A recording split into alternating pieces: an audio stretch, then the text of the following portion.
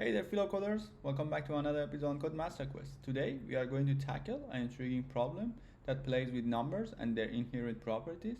So without any further delay, let's dive right in and find the problem statement on LeetCode. Now let's figure out the problem statement. Happy number. Write an algorithm to determine if a number n is happy.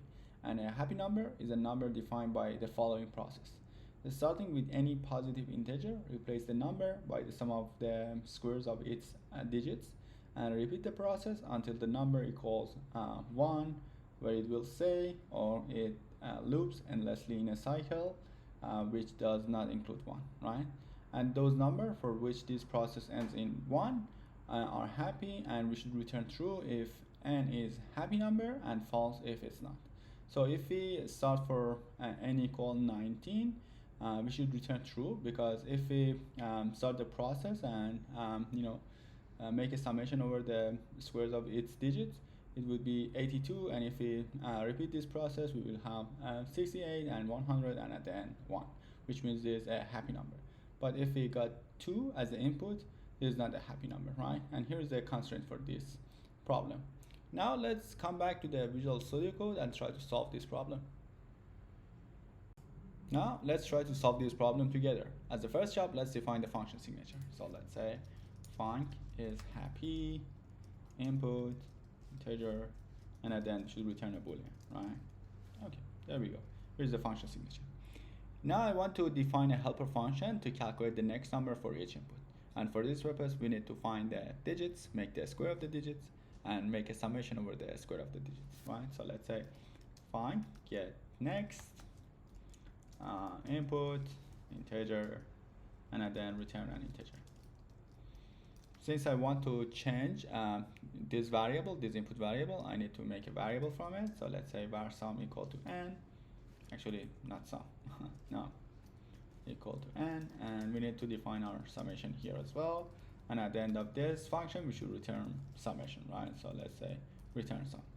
And now let's define the structure of this function to calculate the next number.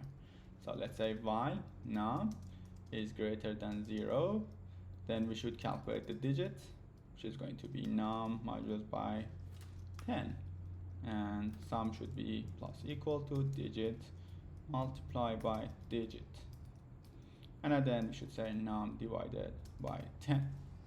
There we go. With the help of this function, we can calculate the next number for each input. Now let's get back to the isHappy function, and to find out whether number is happy, I want to use the cycle detection algorithm, and for this purpose we need to define two variables. One is slow, which is equal to n, and another one is fast, which is actually fast. Get next for n. There we go. Now let's make our while loop and say while we are not reaching to 1 and fast is not equal to slow, which means we didn't detect the cycle yet. I should say slow, it's going to be get next for slow, and fast is going to be get next for fast 2 times, right? Because we want to move this pointer faster than the other one, right? And at the end, we should say whether fast is equal to 1. If we reach to 1, then this means that this input number is happy, otherwise it's not happy, right? And to find out whether our solution is working correctly, let me come back to the LeetCode, copy this example 19 and 2. For 19, we should return true because it's happy, and for 2, we should return false, right?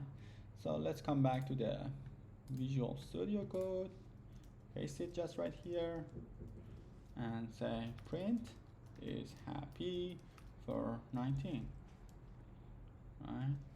Okay. Problem, actually Swift, problem, not Swift. It's true. What about 2? Print is happy for 2. There we go. It's false, right? So this should be the correct implementation for this problem. As a last job, let's submit it to LeetCode. Copy it here and paste it just right here. the submit button. And there we go. Here's the solution for this question. Thank you, everyone.